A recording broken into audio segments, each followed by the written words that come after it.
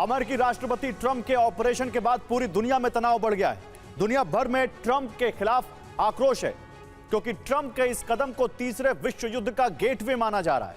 कई देश ट्रंप के कदम को लेकर काफी खफा हैं और उन देशों ने वेनेजुएला पर ट्रंप की कार्रवाई की खुलकर निंदा की है। वेनेजुएला के राष्ट्रपति मादुरो के अपहरण के बाद ट्रंप सवालों के घेरे में। हालांकि सैन्य और आर्थिक शक्ति के हिसाब से अमेरिका के सामने वेनेजुएला जैसे देश की कोई हैसियत नहीं है, लेकिन इसके बाद भी डोनाल्ड ट्रंप के हमले को दुनिया भर में उनकी बहुत बड़ी भूल माना जा रहा है।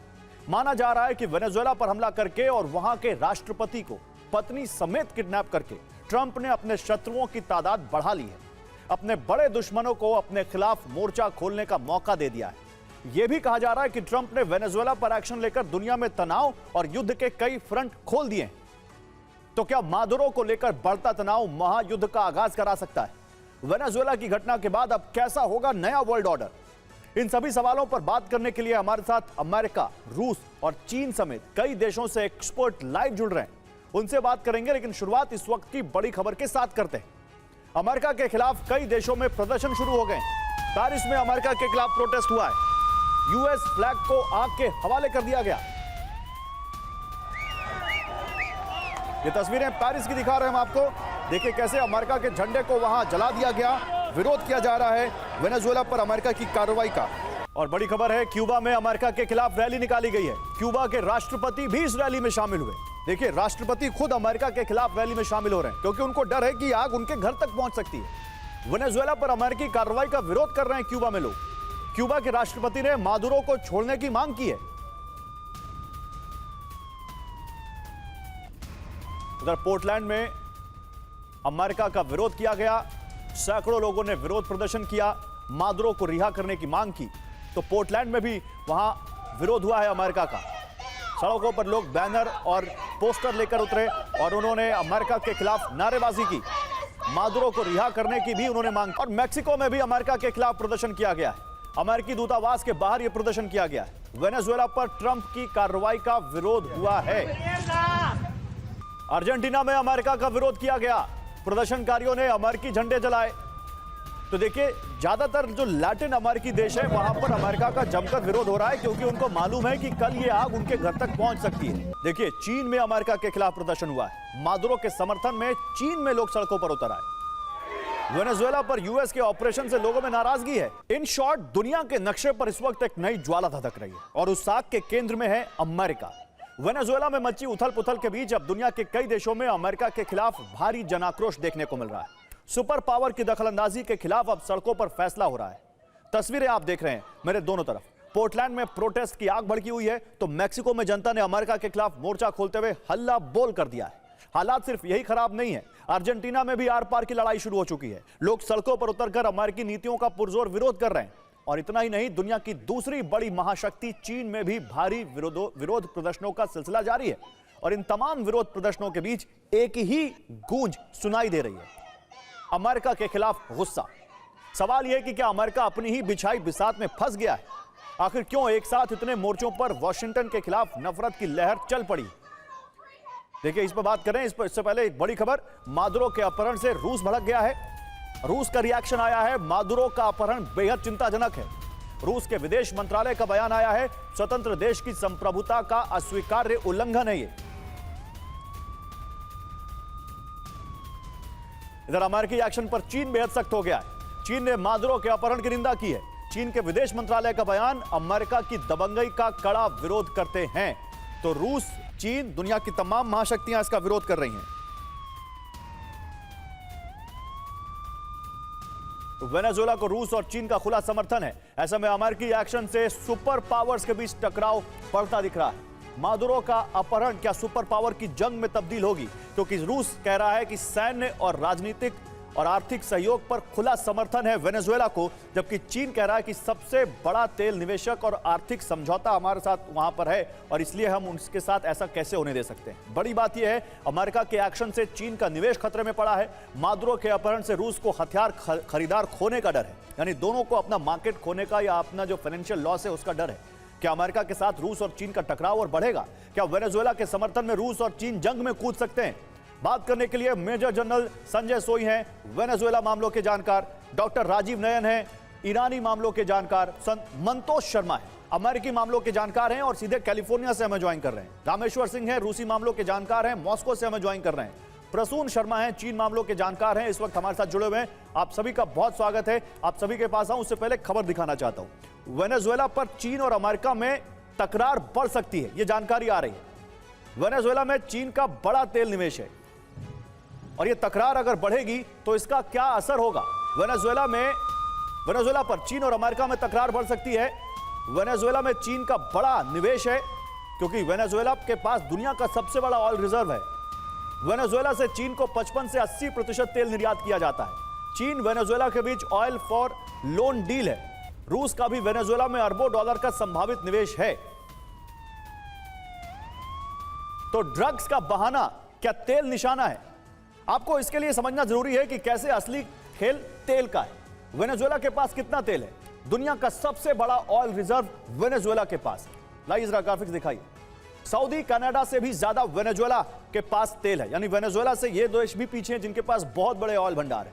सऊदी के पास 267 बिलियन बैरल कच्चा तेल है, कनाडा के पास 171 बिलियन बैरल कच्चा तेल है, वेनेजुएला के पास 300 बिलियन बैरल से ज्यादा कच्चा तेल है। हालांकि उत्पादन कम है। मौजूदा तेल उत्पादन क्षमता 10 साल पहले की क्षमता दोनों हम आपको दिखा रहे हैं। देखिए आप, कनाडा के अभी जो मौजूदा उत्पादन क्षमता है 8.6 लाख बैरल है, जबकि 10 साल पहले 25 लाख बैरल के आसपास उत्पादन क्षमता थी वेनेजुएला के पास। और दुनिया की कुल तेल खपत का 1% से भी कम वहां पर निकाला जा रहा है, लेकिन वहां पर भंडार बहुत ज्यादा है। इसीलिए शुरुआत जनरल सोय आपसे ही करेंगे। वेनेजुएला के लिए क्या यही ऑयल का भंडार उसका दुश्मन बन गया या फिर अमेरिका से अदावत उसके लिए ये दुश्मनी मादुरो के लिए ये दुश्मनी होगी? नहीं, बिल्कुल। देखिए, ऐसा सबसे बड़ा कारण तो जैसा आपने कहा है वो ऑयल है। साथ साथ में जैसा मैं कहूँगा कि 1999 से जब से चावेज आए थे तब से वेनेजुएला अमेरिका के खिलाफ था, उनकी पॉलिसी अमेरिका के खिलाफ थी। अभी पिछले कुछ समय में देखा जाए तो चाइना ने भी वहाँ पर अपना काफ़ी इंटरेस्ट दिखाया। जैसे भी आप दिखा रहे थे कि चाइना काफ़ी बड़ी मात्रा में वहाँ से उनसे ऑयल इंपोर्ट कर रहा था और सस्ते दामों पर उनको ऑयल मिल रहा था। तो अमेरिका को देखिए दोनों तीनों चीज़ें, वहाँ पर वो अपना विरोध नहीं चाह रहे थे, वहाँ पर उनका ऑयल रिजर्व्स के ऊपर जैसे आते ही बयान आ गए कि अब हमारी कंपनियाँ वहाँ से तेल निकालेंगी, यानी कि सबसे बड़ा उद्देश्य तो उन्होंने खुद बोल दिया है। हालांकि हो सकता है कि बेटर रहता है कि कुछ दिन चुप रहते और बाद में ये बयान आते, लेकिन जैसे ही वहाँ से मदुरो को निकाला, साथ साथ में उनके बयान आ गए कि हमारी तेल कंपनियाँ निकालेंगी और चाइना को हटाना। तो देखा जाए तो इसमें सबसे बड़ा इंटरेस्ट है। यहाँ पर ये सबसे बड़ा जो अफसोस वाली बात है कि इसका मतलब अगर मेरे पास पैसा है तो मैं अगर ताकतवर नहीं तो कोई भी आदमी आके कब्जा कर सकता है मेरी ज़मीन पर, मेरे रिसोर्सेज पर, यानी कि मेरा कोई उस पर हक नहीं है।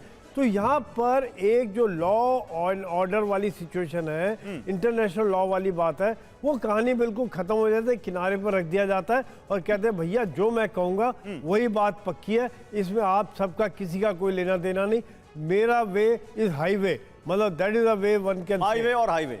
जी, ट्रंप यही कह रहे हैं। मंतोष जी, यही चल रहा है, क्योंकि कहा तो यह जा रहा है कि ट्रंप ने अमेरिका की संसद को भी दरकिनार किया, उसकी पावर को भी ओवर पावर किया है वेनेजुएला के इस मामले में। अमेरिका में क्या इसको लेकर बात की जा रही है मंतोष जी? अमेरिका मोस्टली शांत है। द एरिया जो आपने दिखाया कि यहाँ आंदोलन हुए, ये प्रोग्रेसिव एरिया पहले से था। इसमें कोई नया चीज नहीं था कि ये वेनेजुएला में हो गया है तो लोग प्रदर्शन करने रोड पे निकले हैं। वो एंटी ट्रंप वोट बेस का एरिया ऑलरेडी था। तो कोई, मैं जो देख रहा हूँ यहाँ पे कि हाउ द न्यूट्रल वोटर्स या कोई एडिशनल वोटर जो पहले ट्रंप के विरोध नहीं करते थे वो रोड पे आए हैं वेनेजुएला के एक्ट पे। ऐसा कुछ देखने को नहीं मिल रहा है। शांत है अमेरिका।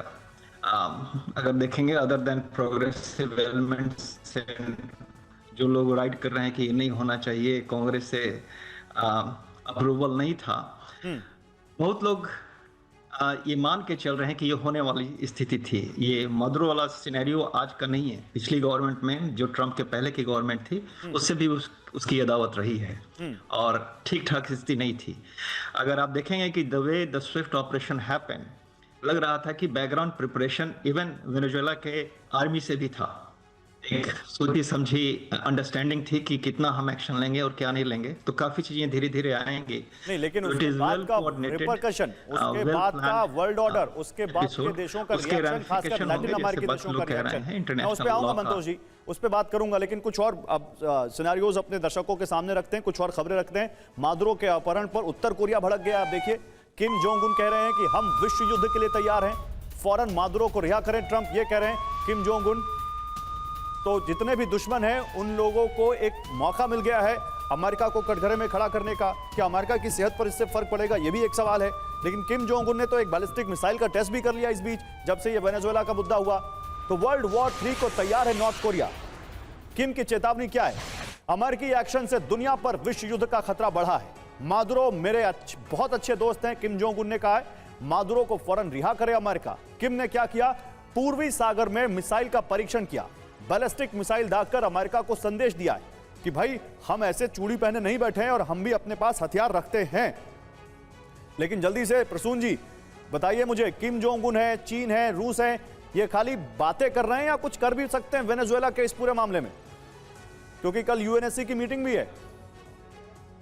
आई थिंक वो बड़ा कॉशियस अप्रोच रखेंगे अभी। मुझे नहीं लगता कि कोई ऐसा एक्शन ओरिएंटेड काम रहेंगे, क्योंकि चाइना का डेलीगेशन इनसे वेनेजुएला के लीडरशिप से मिल चुका था और कहीं ना कहीं उनको अंदेशा ये था, पर इतनी जल्दी और इस तरीके से होगा वो शायद किसी को नहीं पता था।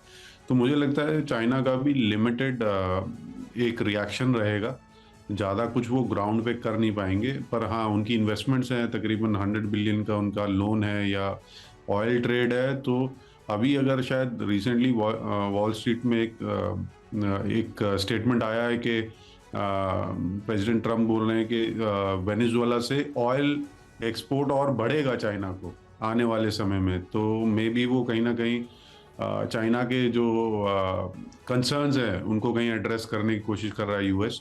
तो आगे अभी हमें कॉशियसली वेट एंड वॉच रखना पड़ेगा। और आई थिंक बाकी नेशंस, खासकर चाइना भी वो सिर्फ ऑब्जर्व कर रहा है कि आगे क्या एक्शन या रिएक्शन होगा ग्लोबली और खासकर यूएस से।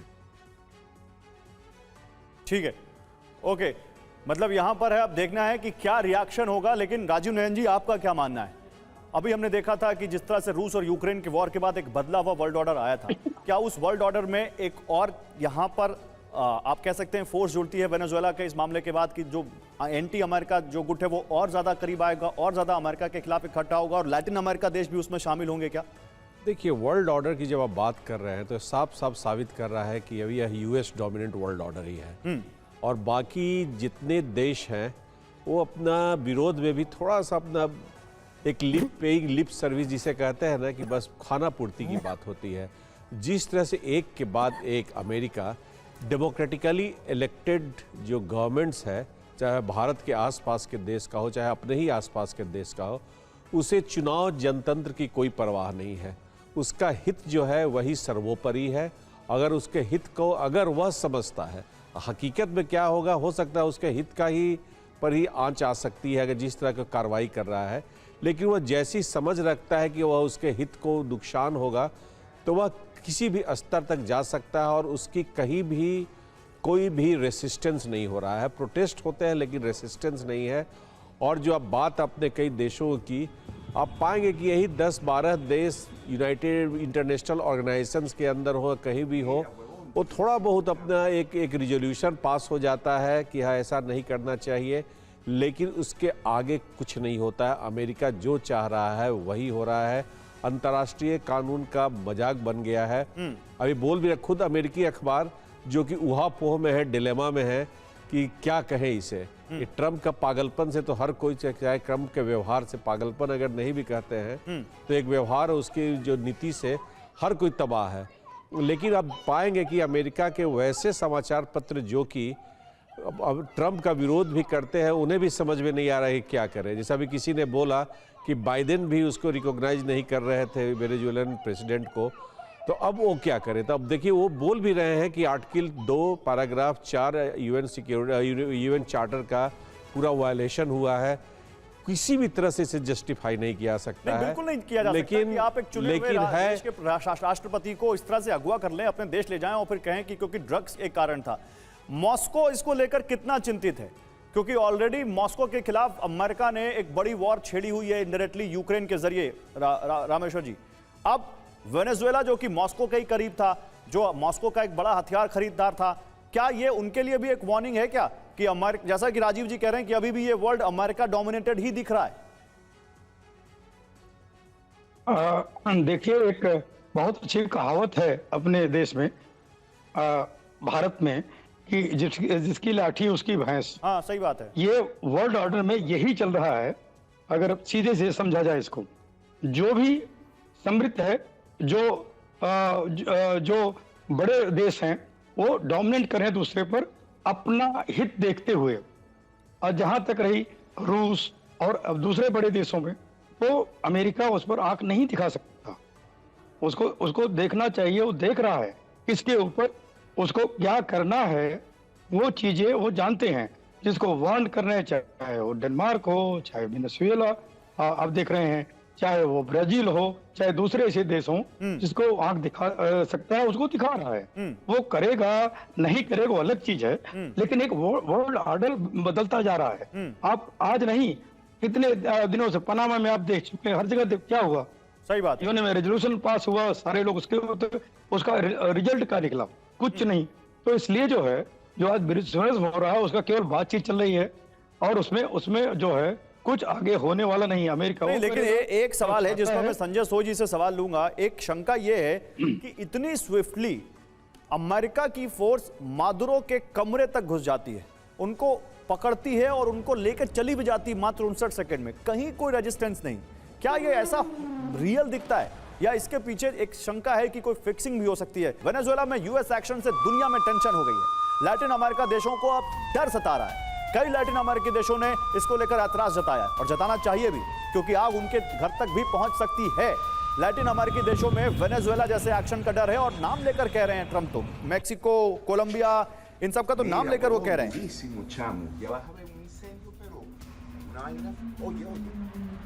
तो विदेशों में अमेरिका का ऑपरेशन कैसे, कब कब क्या ऑपरेशन किया जाए, आइए जरा एक मोटी मोटी पिक्चर आपके सामने रखते हैं। अभी तो 2026 में जो निकोलस मादुरो के साथ किया वो तो हम देख ही रहे हैं, वेनेजुएला में कैसे उनका अपहरण किया गया, वेनेजुएला के राष्ट्रपति का, उनकी वाइफ का। लेकिन 2014 से अब तक देखिए, आईएसआईएस के खिलाफ जंग लड़ी अमेरिका ने, सीरिया में असद को हटाकर अल शरा को सत्ता में बैठाया। 2001 से 2021 तक तालिबान के खिलाफ 20 साल लंबी जंग लड़ी, लेकिन फिर उनको वहां से निकलना पड़ा, तालिबान के आगे उनकी नहीं गली। 2011 में गद्दाफी को पकड़ा उन्होंने, लीबिया में लोगों ने फांसी पर लटका दिया। 2011 में उसामा बिन लादेन को पाकिस्तान में ढेर किया घुसकर। 2003 में सद्दाम हुसैन को पकड़कर इराक में फांसी पर लटकाया। तो अमेरिका का इतिहास तो पुराना रहा है। और मंतोष जी, सवाल यहां पर हर जगह यही उठता है कि अमेरिका कोई लोकतंत्र बचाने या लोगों को न्याय दिलाने के लिए नहीं जाता है, वो अपने इंटरेस्ट के लिए जाता है। लीबिया, इराक और अब वेनेजुएला, जहां जहां उसको ऑयल रिजर्व मिलते हैं, जहां जहां उसको रेयर अर्थ मिलना होता है, या तो साम दाम दंड भेद, किसी तरह अमेरिका को वो हासिल करना है, और वो वेनेजुएला में भी किया उसने।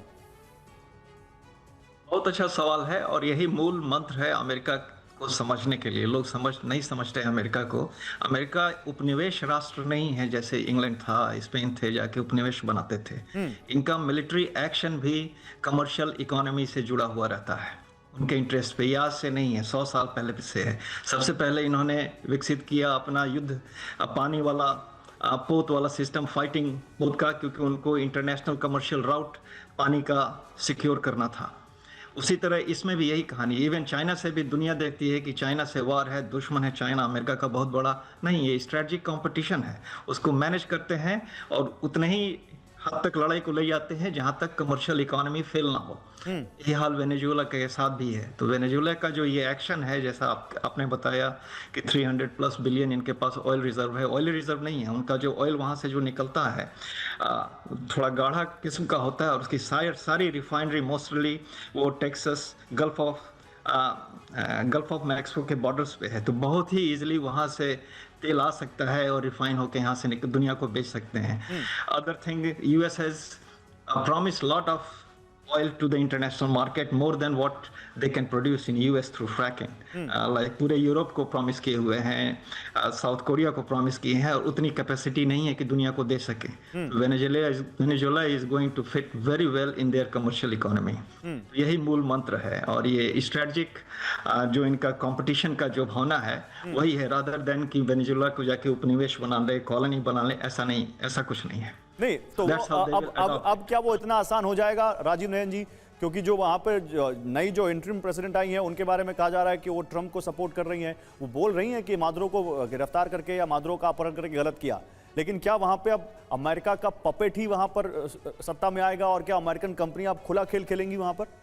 देखिए, अब वहाँ की जो इंटरिम प्रेसिडेंट है वो तो अभी वो भाषा नहीं बोल रही है, वो तो विरोध कर रही हैं. हाँ. लेकिन वहाँ जो लीडर ऑफ अपोजिशन जो एक नोबेल लॉरिएट है, नहीं, ट्रंप ने कहा है कि रॉड्रिक्स ने कहा है कि वो रूबियो को सपोर्ट करेंगे. ट्रंप ये कह रहे हैं. देखिए, ट्रंप कहे थे और विश्वास भी था अमेरिकन जो सत्ता के लोग थे, एस्टेब्लिशमेंट का, कि उन्हें पपेट रेजिम के रूप में बिठाया जा सकता है, लेकिन वो विरोध कर रही हैं.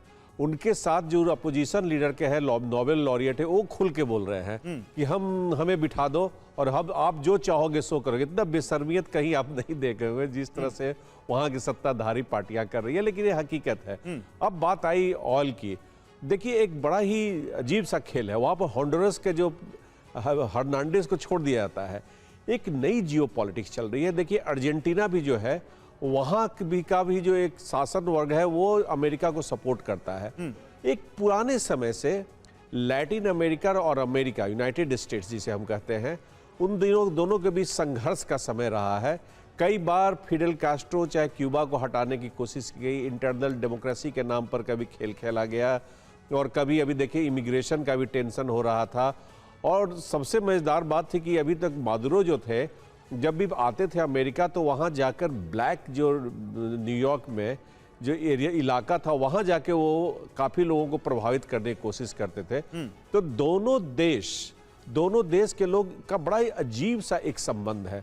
वहाँ पर देखिए, जिसको हिस्पैनिक्स कहते हैं, हिस्पैनिक कम्युनिटी भी है, और वो लोग चाहते हैं कि अमेरिका के अंदर भी कहीं ना कहीं प्रभाव डालें, और अमेरिका भी वहाँ प्रभाव डालने का कोशिश करता है. तो ये बड़ा ही अजीब सा संघर्ष चलता है. लेकिन बीच में देखिए तेल की बात कही जा रही है, वह भी है, लेकिन उसके साथ साथ एक बड़ा जियो पॉलिटिक्स भी है.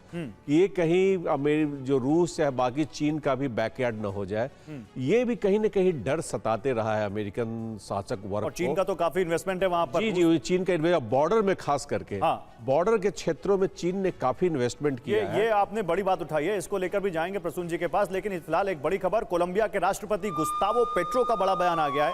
कोलंबिया बहुत ज्यादा इस वक्त अलर्ट है. उन्होंने कहा कि मछुआरों को डराने के लिए युद्धपोत भेजे जा रहे हैं. अब देखिए, कोई कंपैरिजन है, मछुआरों को डराने के लिए कोई वॉरशिप भेजेगा.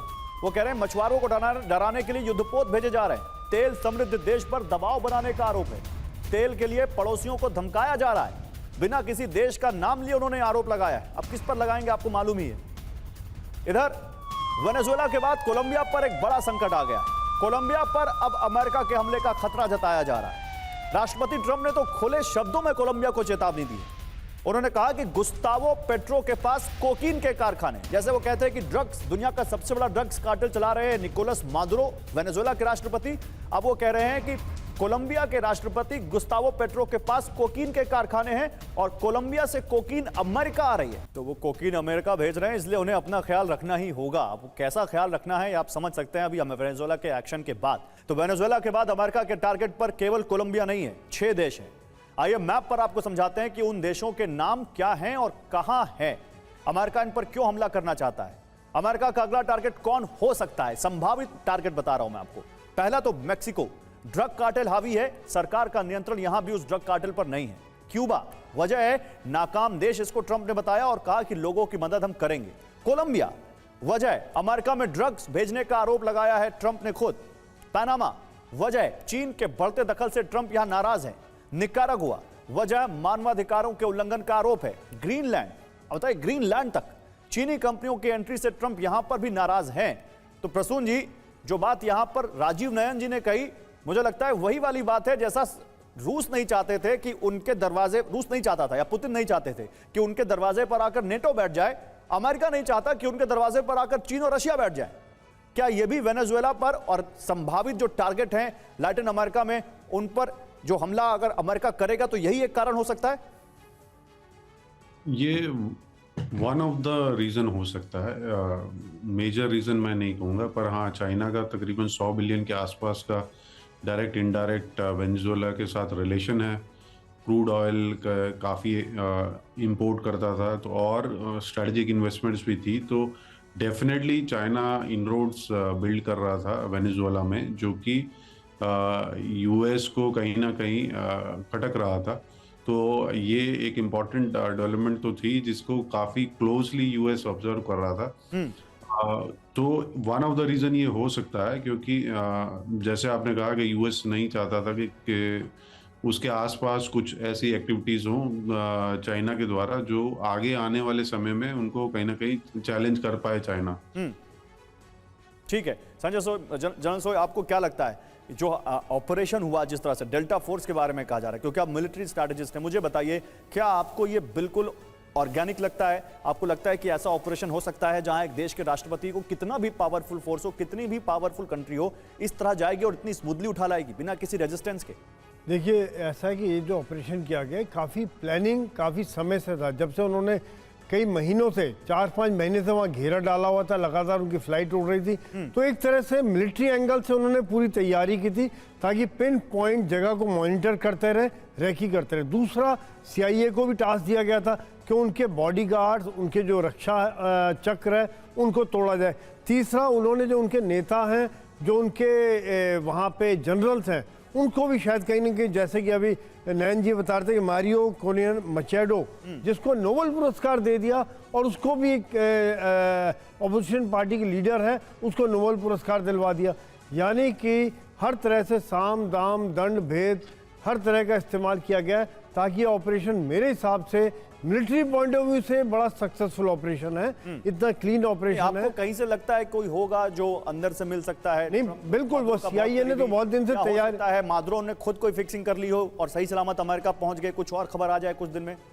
नहीं ऐसा नहीं है। यहाँ पे CIA ने डेफिनेटली उनके बॉडीगार्ड्स और काफ़ी जो उनका सीनियर लेवल है उनसे कहीं ना कहीं डेफिनेटली डील की होगी, चाहे पैसे का लालच हो, पदों का लालच हो, और या फिर उनका कहीं ना कहीं माफ़ी का लालच हो कि भाई आगे आपको चिंता नहीं, आप बिल्कुल सुरक्षित रहेंगे।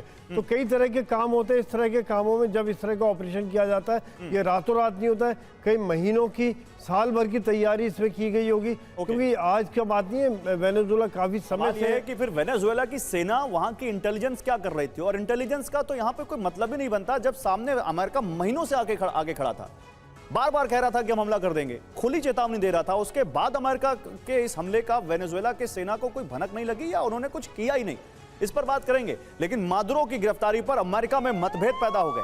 अमेरिकी सांसदों ने ट्रंप के कदम का विरोध किया है। सेनेटर क्रिस वैन होलेन बोले तेल पर कब्जे की चाल है ये, अरबपति दोस्तों के लिए ट्रंप ने ये कदम उठाया है।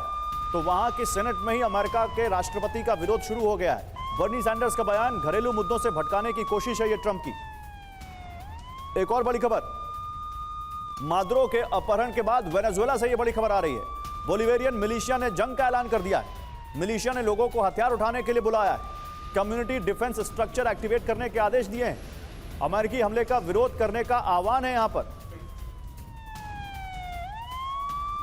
और न्यूयॉर्क में भारी सुरक्षा के बीच दिखे हैं मादुरो को विमान से बाहर ले जाती दिखी है अमेरिकी एजेंसियां।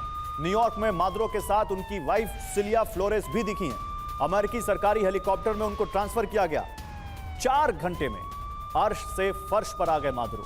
कहां एक राष्ट्रपति थे और कहां एक कैदी की तरह उनके साथ व्यवहार किया जा रहा है। 2 तस्वीरें देखिए। 4 घंटे पहले चीन के विशेष दूत से मिलते हैं, एक राष्ट्रपति की तरह उनका ऑरा दिखता है, जैसे एक राष्ट्रपति अपने कार्यालय में या राष्ट्रपति भवन में होता है और जहां वो जिस तरह से अपने स्टेट गेस्ट का स्वागत कर रहा होता है, कुछ वैसी तस्वीरें हैं। और दूसरी तरफ जैसे कोई छोटा अपराधी, दूसरी तरफ कोई मोस्ट वांटेड अपराधी हो जिसको हथकड़ी में जकड़कर, जंजीरों में जकड़कर लेकर जाया जा रहा हो, कुछ वैसा आप देख सकते हैं। मात्र 4 घंटे में यह तस्वीर बदल गई मादुरो की। लेकिन कैसे, आइए और डिटेल में बताते हैं। 30 मिनट के ऑपरेशन में मादुरो और उनकी पत्नी सिलिया फ्लोरेस की गिरफ्तारी की गई। मात्र 30 मिनट में मादुरो को वेनेजुएला से अमेरिकी सैन्य हेलीकॉप्टर से बाहर लाया गया। अमेरिकी विमान से कड़ी सुरक्षा के बीच मादुरो को न्यूयॉर्क लाया गया। मादुरो को लेकर अमेरिका का सरकारी हेलीकॉप्टर मैनहट्टन में लैंड हुआ। हेलीकॉप्टर से उतरते वक्त मादुरो को अमेरिकी एजेंट्स ने घेरे रखा। भारी सुरक्षा वाले बेयरकैट काफिले में डीईए मुख्यालय लाया गया। मैनहट्टन से डीईए मुख्यालय तक कड़ी सुरक्षा में मादुरो की मूवमेंट रही। डीईए बिल्डिंग में गाड़ी से उतरते वक्त कराहते हुए सुने गए मादुरो।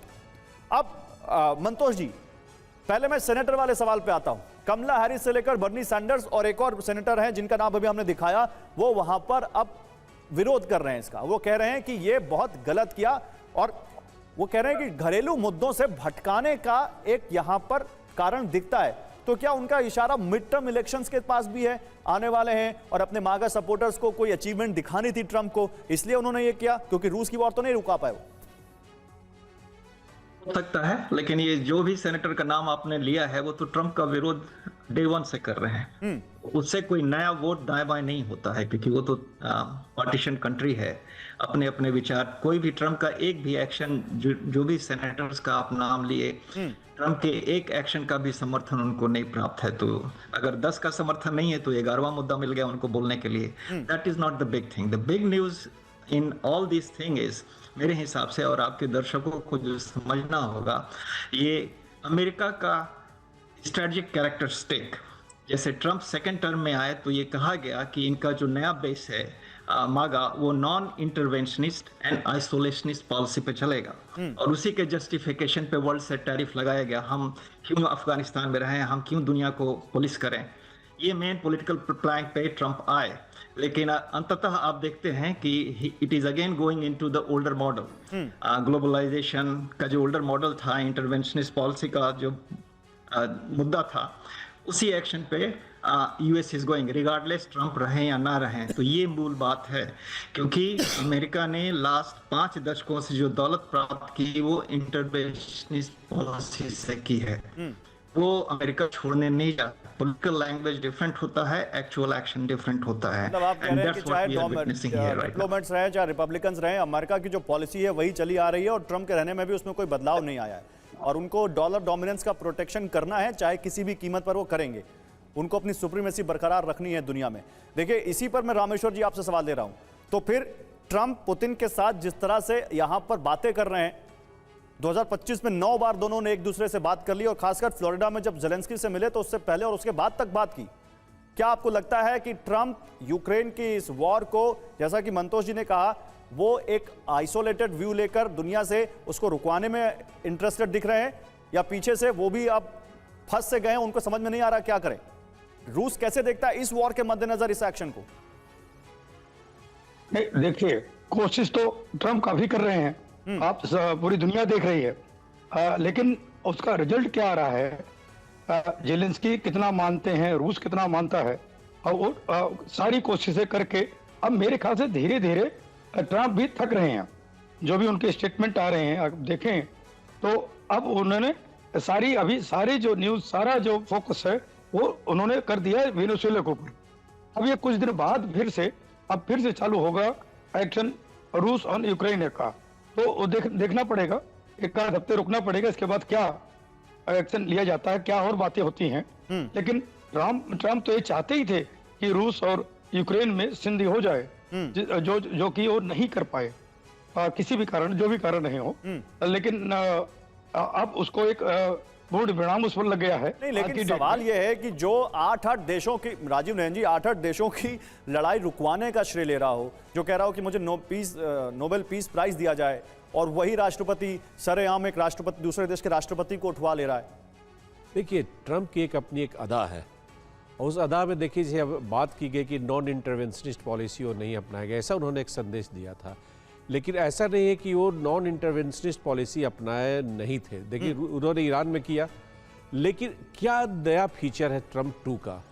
वो देखिए, लंबे समय तक जैसा कि वो इराक में या अफगानिस्तान में रहे थे अमेरिकी ट्रूप्स को रखने को, वैसा वो करने नहीं जा रहे हैं। उनका बड़ा ही, जिसका कहते हैं ट्रांजेक्शनल होता है, फास्ट मूविंग, सुबह कुछ बोलते हैं, शाम को कुछ बोलते हैं। वो फास्ट कैलकुलेट अपने इंटरेस्ट को करते हैं, और एक लंबा जो पहले की उनकी जो नीति थी वो अपना नहीं रहे, उसको रिव्यू किया है। मैं ये नहीं कहूँगा कि वो इसके पीछे सोच नहीं है, इसके पीछे उनकी एक सोच है, और एक देखिए एक नए सोच से वो अपनी पॉलिसी को कर रहे हैं और उस पर भले ही पूरी दुनिया को पागल खुलेआम ऐलान कर रहे हैं। वो कह दिया उन्होंने कि मेरे अमेरिका की ऑयल कंपनीज जाएंगी वहां पर और वहां पर इन्वेस्ट करेंगी, वो साफ कर दिया उन्होंने। हाँ हाँ, उसमें इफ एंड बट नहीं है। देखिए वो पूरी की पूरी फ्रेंड बट नहीं है। वहां भी देखिए वो नहीं चाह रहे कि ज्यादा समय तक रहे। कैरेबियन में ट्रूप्स रख रखे हैं और वो चाह रहे हैं कि वहां पर जल्दी से डील करके और जो इमीडिएट जो उनका प्रॉब्लम्स है उसको सॉल्व करें। उसके बाद फिर ठीक है, अपना आग में जलता रहे वेनेजुएला, कोई भी रहे, वो अपना उस देश की समस्या है। हमारी इमीडिएट वो बहुत ही ज्यादा अपने इमीडिएट इंटरेस्ट को वो सॉल्व करना चाहते हैं और उसको अपना। लेकिन इसका असर दुनिया पर क्या होगा? बुरी असर। इसका असर लैटिन अमेरिकी कंट्रीज पर क्या होगा? इसका असर क्या होगा उन देशों को जो अमेरिका से थोड़ी अदावत रखते हैं, वो क्या करेंगे आगे? इस पर बात करेंगे। लेकिन पहले एक खबर आ रही है मादुरो से जुड़ी हुई। गिरफ्तारी के बाद मादुरो के साथ जबरदस्ती की खबर है। न्यूयॉर्क के डीए ऑफिस पहुंचने पर करा रहे थे मादुरो। ड्रग एनफोर्समेंट एडमिनिस्ट्रेशन कार्यालय में लंगड़ाते दिखे मादुरो। ये विजुअल्स हम आपको दिखा रहे हैं कैसे उनकी चाल में एक लचक है। बेयरकैट वाहन में कड़ी सुरक्षा के बीच उनको लाया गया। भारी हथियारों से लैस एजेंट्स ने उन्हें घेर कर पहुंचाया और वेनेजुएला की कार्रवाई का कमला हैरिस ने विरोध किया। जैसा कि मैंने अभी बात में सवाल लिया था इसका, राष्ट्रपति ट्रंप सैनिकों को खतरे में डाल रहे हैं, यह कहा कमला हैरिस ने। यह मामला ड्रग्स और लोकतंत्र का है ही नहीं। अमेरिका के लोग इस तरह की कार्रवाई नहीं चाहते, यह कहना है कमला हैरिस का। तो वो कह रही हैं कि जो भी बहाना बना रहे हैं ट्रंप, चाहे वो ड्रग्स हो चाहे डेमोक्रेसी हो, ऐसा कुछ भी नहीं है। आइए आपको बिग बॉल पर बताते हैं क्यों अवैध है ये गिरफ्तारी। समझिए इसको। किसी देश के राष्ट्राध्यक्ष को पकड़ने के लिए इजाजत जरूरी है। यूएन की कोई मंजूरी नहीं थी इसके पीछे और सुरक्षा परिषद को भी नहीं बताया गया था, जो कि बताना होता है। अंतर्राष्ट्रीय कानून में मौजूदा राष्ट्रपति को गिरफ्तारी से छूट मिली हुई है। कोई प्रत्यार्पण प्रक्रिया नहीं अपनाई गई और कोई वारंट तक नहीं था किसी इंटरनेशनल कोर्ट का, किसी यूएनएससी की, किसी कमेटी का, कुछ नहीं था। मादुरो की अरेस्टिंग अंतर्राष्ट्रीय अपहरण की श्रेणी में आता है और इसीलिए ट्रंप के इस एक्शन पर सवाल उठ रहा है। इसीलिए प्रसून जी मैं पूछ रहा हूं कि दुनिया में इसका रिएक्शन अभी तक मेरे ख्याल से कोई ऐसा बड़ा कंट्री नहीं है जिसने इसका सपोर्ट किया। तो आपको क्या लगता है कि क्या ट्रंप के इस एक्शन के बाद आग में और घी गया है? थोड़ा सा जो डिस्ट्रस्ट तो बढ़ेगा यूएस के प्रति, जो भी स्टेक होल्डर्स हैं उसमें, और खासकर लोग और कॉशियस हो जाएंगे। जो प्रेसिडेंट ट्रम्प की स्टेटमेंट, जैसे एक सज्जन ने बोला कि उनकी वर्ड्स कुछ और होते हैं और एक्शंस कुछ और होता है, तो और बड़ा इम्पल्सिव होता है। और जो उनके आसपास के भी स्टेक होल्डर्स हैं वो उनको कंसल्ट या इन्फॉर्म नहीं करते हैं। तो एक डिस्ट्रेस का माहौल बनेगा ओवरऑल ग्लोबल इकोसिस्टम में। और अभी भी लोग कॉशियस रहेंगे क्योंकि ट्रम्प कोशिश तो करते हैं या एक्शंस तो लेते हैं, पर उसको एग्जीक्यूट कैसे कर पाते हैं या कर, जैसे इन्होंने कहा कि ऑयल रिलेटेड वेनेजुएला का जो ऑयल है वो यूएस कंपनीज ऑपरेट करेंगी। क्या यूएस एमएनसीज उन पे ट्रस्ट करेंगी? क्या वो उनके कहने पे अपना ऑपरेशन या इन्वेस्टमेंट वहां पे इतनी जल्दी मोबिलाइज करेंगी? वो भी देखने का रहेगा।